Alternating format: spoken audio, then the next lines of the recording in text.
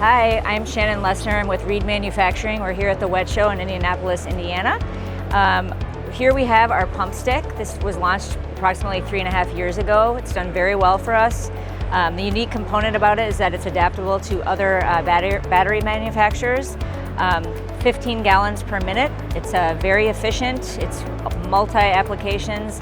Meter pits are typically number one, but you can use it with pools, spas, boats, a flood perhaps. So we're gonna put it down here, demonstrate. You can see how quickly this pumps the water.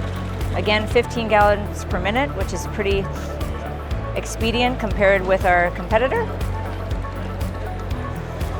So this is a Bosch battery. This is what we sell as a kit. We also have a DeWalt, Milwaukee, and Makita battery plates. You have 4 screws here.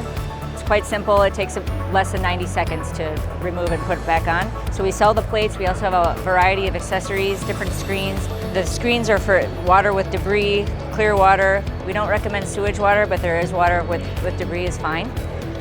We also have, this is a magnetic hose. We have a 2-foot, 4-foot, and 7-foot. The kit includes a 2-foot.